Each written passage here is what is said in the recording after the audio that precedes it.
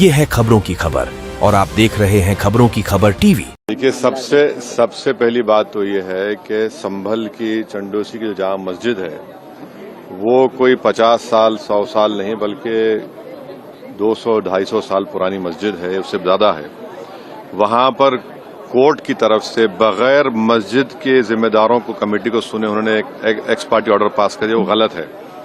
दूसरा यह है कि एक बार तो आपने गलत ऑर्डर दिया, सर्वे हो गया, दूसरा सर्वे जब किया आपने किसी को इत्तला नहीं दी। तीसरी बात यह है कि पुलिस का ये काम था कि मस्जिद कमेटी को कॉन्फिडेंस में लेते या वहां की पीस कमेटी को। चौथी बात यह है कि जो सर्वे करने लोग आ रहे हैं वो प्रोवोकेटिव स्लोगन्स लगा कर आ रहे हैं, वो वीडियो उसका है, पब्लिक डोमेन में है।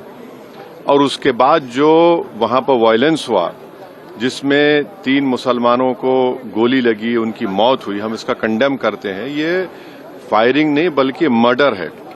और जब से बाबरी मस्जिद राम मंदिर का जजमेंट आया, जिस बात को मैं पर्टिकुलरली कह रहा हूं कि उस जजमेंट के बाद ये सब चीजें खुलेंगी और एक के बाद एक खुल रही हैं।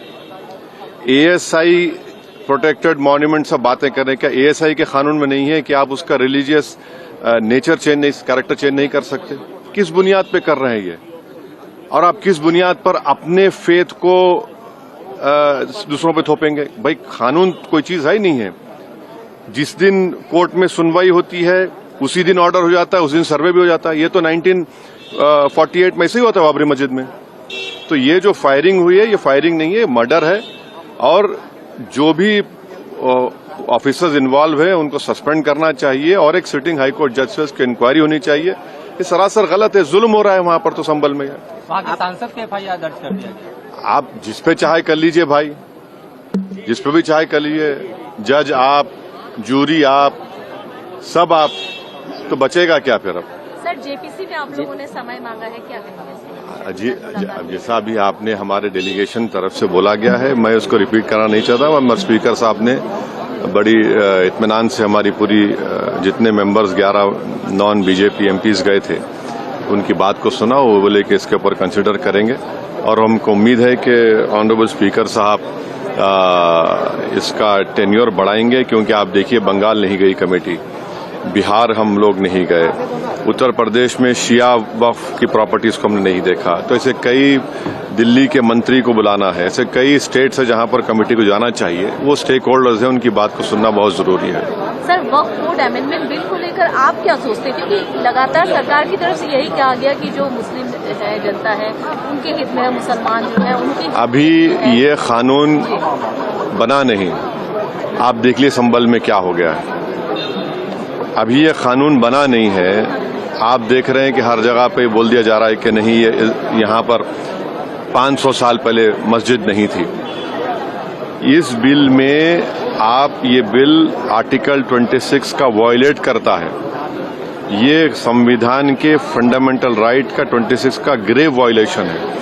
ये बिल कलेक्टर को इतने पावर्स दे रहा है कि कलेक्टर तय करेगा कि कौन सी वक्फ प्रॉपर्टी है नहीं है। ये कैसे होगा? कलेक्टर कैसा जज होगा अपने ही केस में?